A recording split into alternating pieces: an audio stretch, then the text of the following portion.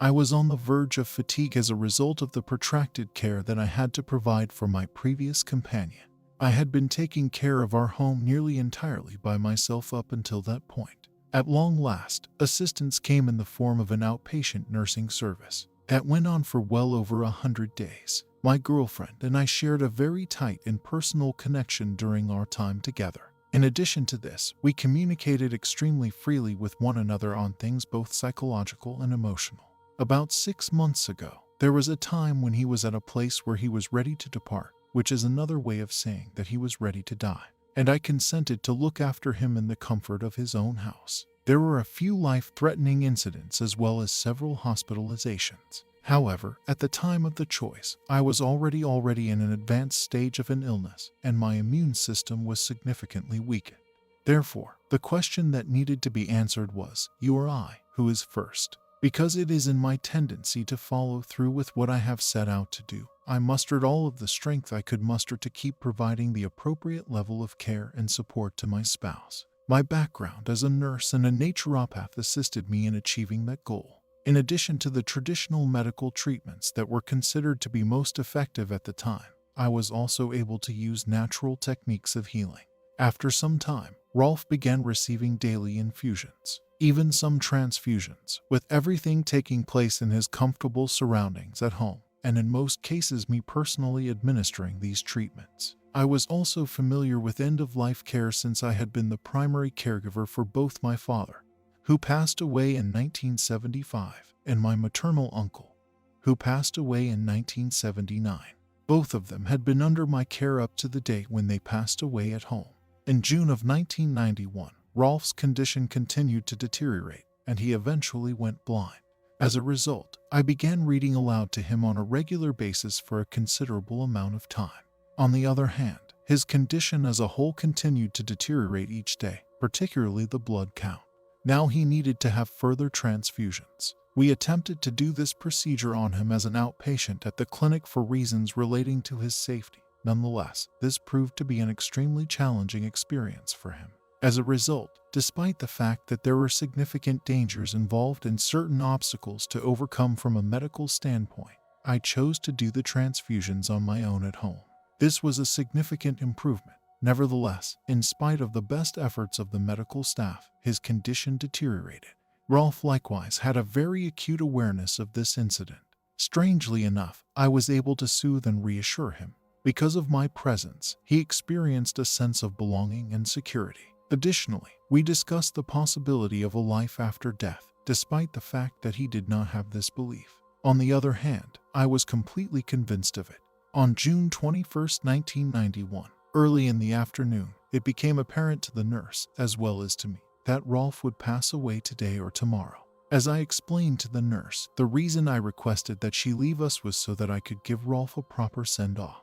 Since the morning, Rolf has been unconscious and in a coma. In the afternoon, I made the decision to end my life beside him. I gave everything the best possible preparation I could. After that, I cleaned up the apartment and penned a letter to my landlord. After that, I set the tape on loop and chose some songs that Rolf enjoyed listening to. I bathed Rolf once more, and then I got him the clothing that he had requested to dress him in, which were a white shirt and a variety of ribbons of all colors. After that, I gave myself a shower and dressed in items that were comfortable but nevertheless attractive. I made the space feel more festive by hanging stockings and garlands, lighting candles and incense, and opening the windows. I lowered the volume on the phone as well as the doorbell. It was approximately 6 o'clock in the evening when Rolf began to exhibit his signature snapping breathing. I had been considering how I may take my own life in the days leading up to the event, so that we would both pass at around the same time. I began by drawing a greater quantity of Rolf's blood through his porta-cath system, which was used for Rolf's infusions and through which his infusions passed. After that, I gave him an increased quantity of morphine. After that, I inserted a butterfly IV cannula into my arm. I wanted to administer my shot in bed with Rolf and die beside him, so I went to bed with him. I gave myself Rolf's blood through the cannula with the expectation that it would cause an incompatibility response, and then I gave myself bigger doses of morphine and other medicines shortly afterward. On the other hand, I cannot really recall how much it cost. It's possible that I dozed out at that point. I found myself suddenly floating above my body and seeing the scenario as though I were a bird looking down. We were sharing a bed, and Rolf and I were resting next to each other. However, I did not have any kind of personal relationship to Rolf. Everything that was going on in my surroundings played out before my eyes like a movie. I saw not only what happened in my previous life, but also what was going on right now in various locations throughout the globe. I saw politicians, wars, industries, and people who were busy dealing with their problems as they were at a puppet play. This seemed to be of no consequence at all, even amusing at times. When I thought about how everyone else and I are just digging ourselves deeper and deeper holes here on Earth, I burst out laughing. After then, I felt myself being pulled into a tunnel, and then I looked into the distance and saw a brilliant light that was very warm. It was almost as if I was being drawn there, and at the same time, I wanted to go there. Along the trip, I recognized those who had previously passed away, such as my grandmother and a few old acquaintances who had passed away as a result of the effects of AIDS. I had the impression that they were overjoyed and that every one of them wanted to give me a hug. After that, all of a sudden, there was an angel standing by my side. He introduced himself, told me his name, and stated, "I am your chosen guardian angel." He didn't need to say anything to let me know that he was always there for me, but he did ask me straight out why I hadn't sought for his assistance more frequently.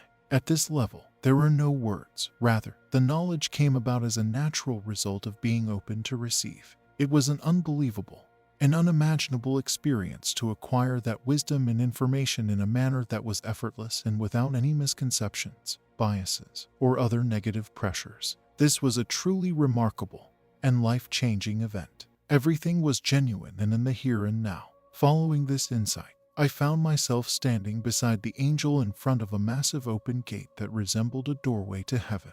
Peter and my angel of protection both advised me that it was too soon for me to enter. This did a number on me in a sense, but at the same time, I felt such an unlimited amount of compassion and goodwill for others. I just don't have the right words. Everything was permeated with this feeling of unreserved safety, love, and acceptance without condition. I was given the advice that I ought to make an effort, if only for a little while, to provide this sense of unfettered, unconditional love to my fellow human beings while I am here on Earth. After that, everything happened pretty quickly. My guardian angel transported me back into my body gently, and without any discomfort or difficulty. I felt thrilled and incredibly relieved. Because there seems to be a consistent lack of language, it is quite challenging to provide a detailed account of what transpired. What I want to imply here is that it took place at the same moment but across an unlimited amount of time, therefore defying the concept of a chronology. At some moment, I once again became aware of the music playing in our room, and at the same time, I became aware of a minor ache in the left arm, which was located at the site where the infusion needle was still lodged. The cannula had most likely penetrated the skin, which resulted in the formation of a substantial bruise. So I removed the cannula that was attached to the IV line. After that, I got more alert and became aware of the fact that the body that was next to me was already cooler than mine. I managed to get to my feet, despite some difficulty, and check on Rolf's vital signs. There was no sign of life, not even a pulse or breathing. Even though it was nighttime outside, a blackbird continued to sing its evening song just outside our window. Rolf had passed away, and his spirit was now at a place where I was able to visit for a very little period of time. I was certain of it because I experienced it in the same manner in which I did when I was given messages from my alien encounter. I re-entered the bed with Rolf and immediately wrapped my arms around the increasingly chilly body. However, it made me uneasy since it meant I had to get up and continue living because I had a task to complete. I was taken aback by the enormity of my loss. How was I going to survive on my own? Why was it decided that I could not go? Despite the profound nature of what I had experienced, I found that I was still plagued with a few earthly questions and concerns. I tried to put into writing words what I had been taught in order to remember at least some of what I heard. Once more, I turned on some relaxing music and told myself that I would wait until the morning to phone the doctor or anybody else. I felt like Rolf and I needed a break, so I decided to take one. This time was necessary for me to give myself in order to let everything sink in, and I also had the sense that the body still needed tranquility. I made the call to the emergency doctor at 6 o'clock in the morning, and he informed me that Rolf had passed away. After that, I rapidly caught up with the daily life of the bereaved partner.